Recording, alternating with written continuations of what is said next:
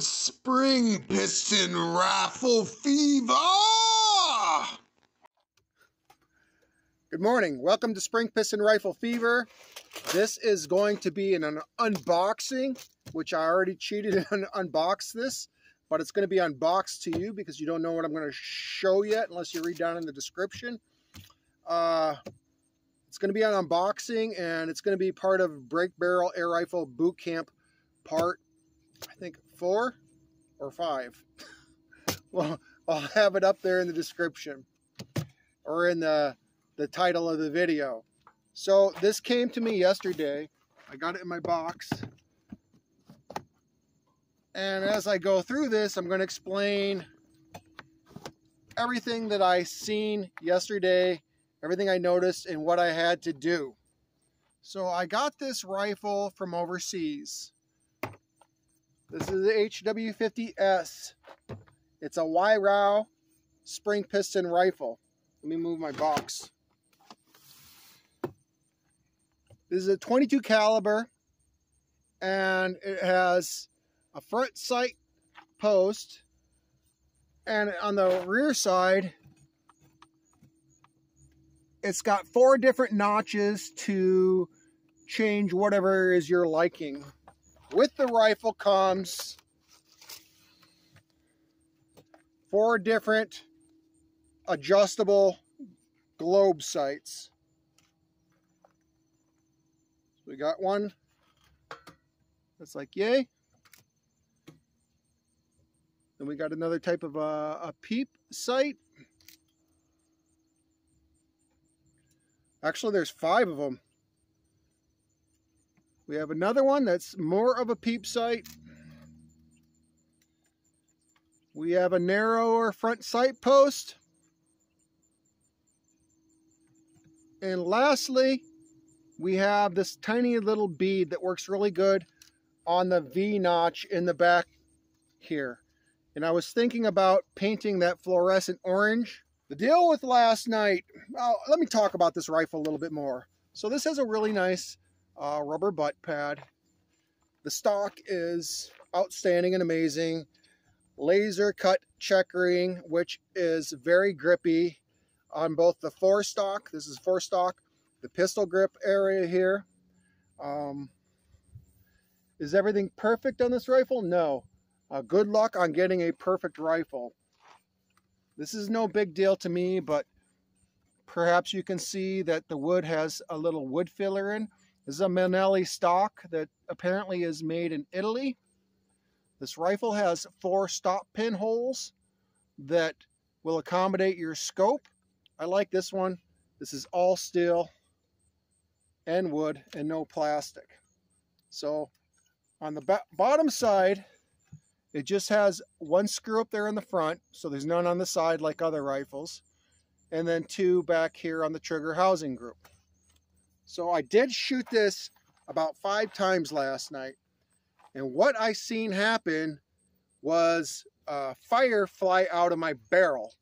I had extreme detonation. So I actually took this whole thing apart because I did not want to burn up my piston seal. The piston seal actually was burnt, and there was a ton of grease inside of here. I cleaned all the grease out. I cleaned the spring up. I put the spring back on in here with some Molly lube. I deburred it, which means I took a file, a small little file, and I filed sharp areas. And it has these little blocks that you can't see here because they're low on the rifle, which helps, well, it keeps in the action actually. So you got to pop these blocks out, but I had to deburr them a little bit also after popping them out to get them back in. Some of them popped right back in, but others did not. So yeah, this rifle is hopefully accurate. I haven't really done much target practice besides those 5 shots, and I stopped shooting right away because I did not want to see what would happen.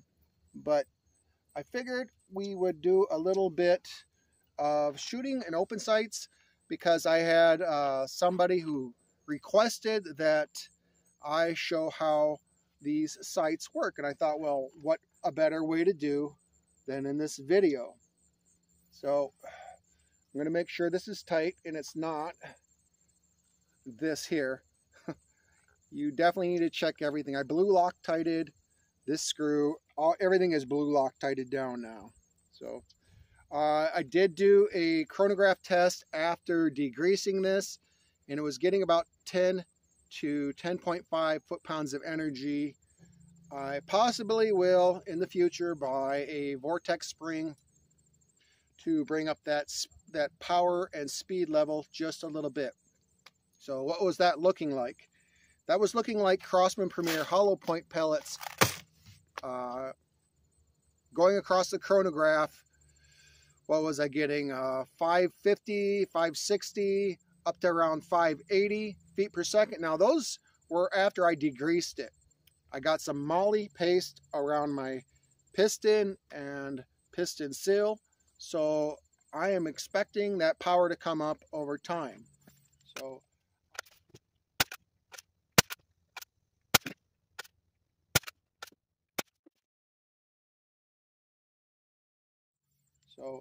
I wiggled this back and forth in here. This is not that hard of a rifle to cock, really.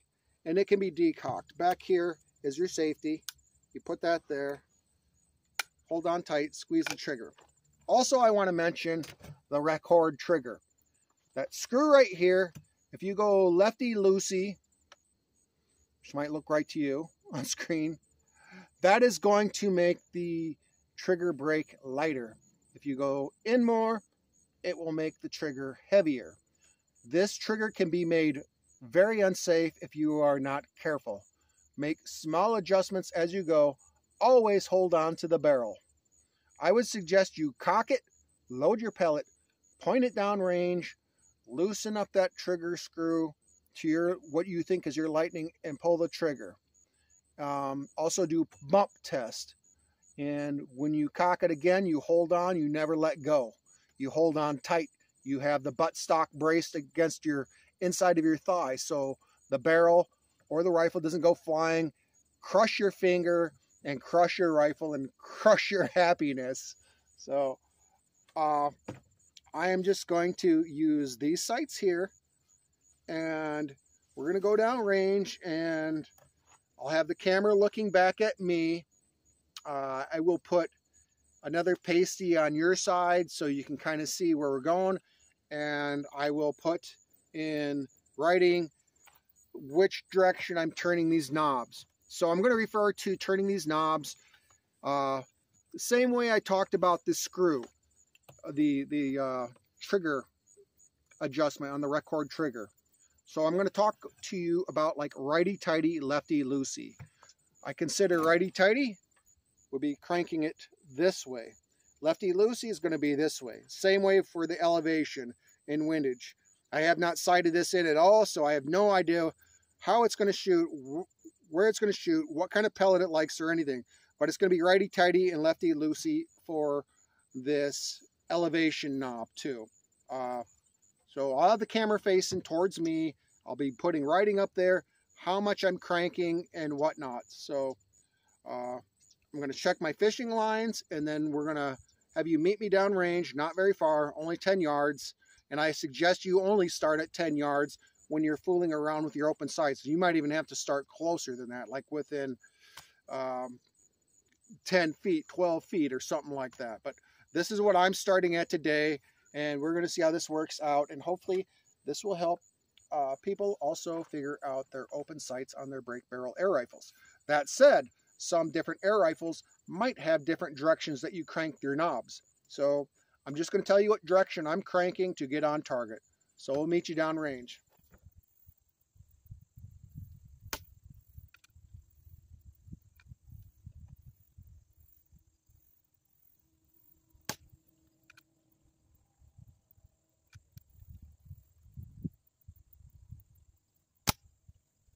Pretty good.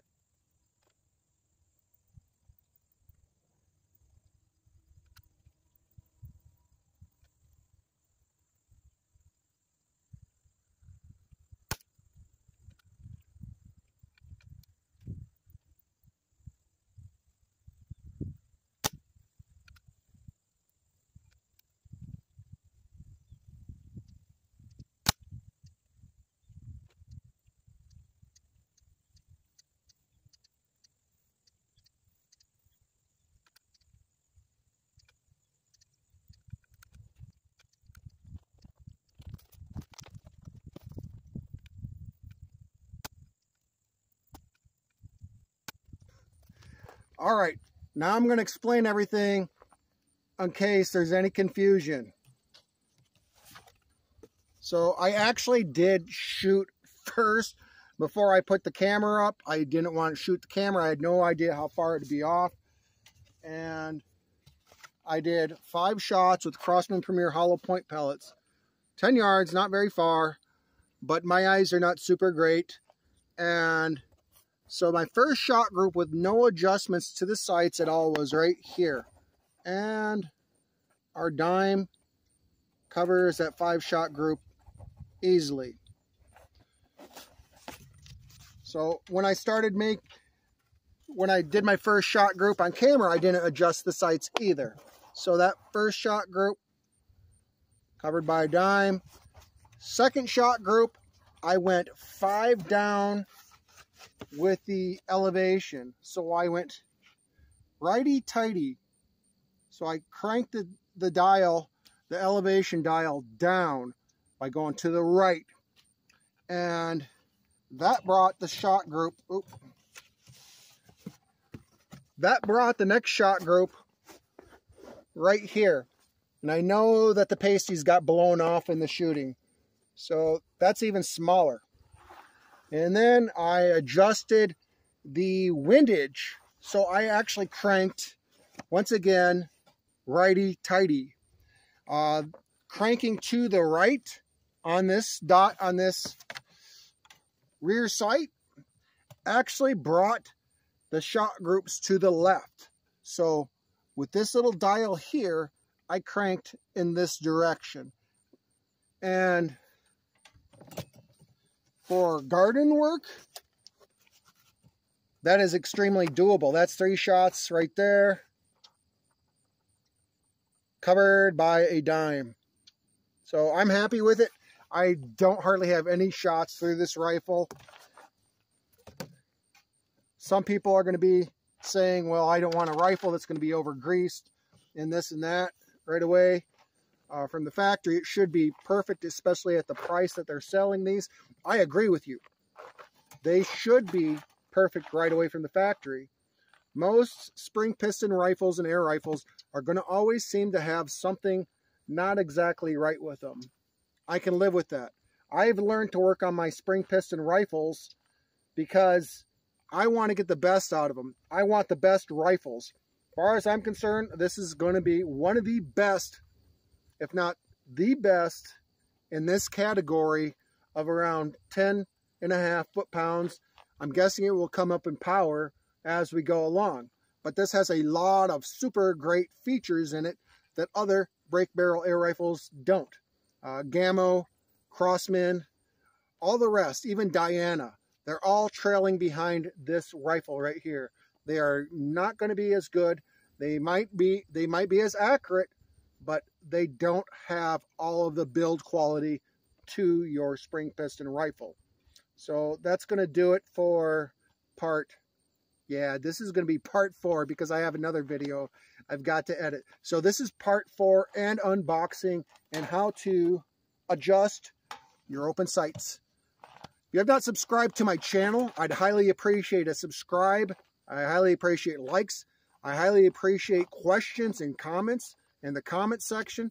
Make sure you ring the bell to not miss any of my videos. God bless every one of you, and you have a great weekend. Who was that? He did what? He shot how many times through the same hole with a spring piston rifle? What was his name? You said his name was Spring Piston Rifle Fever? Oh my goodness. That's so amazing. It made me want to cry.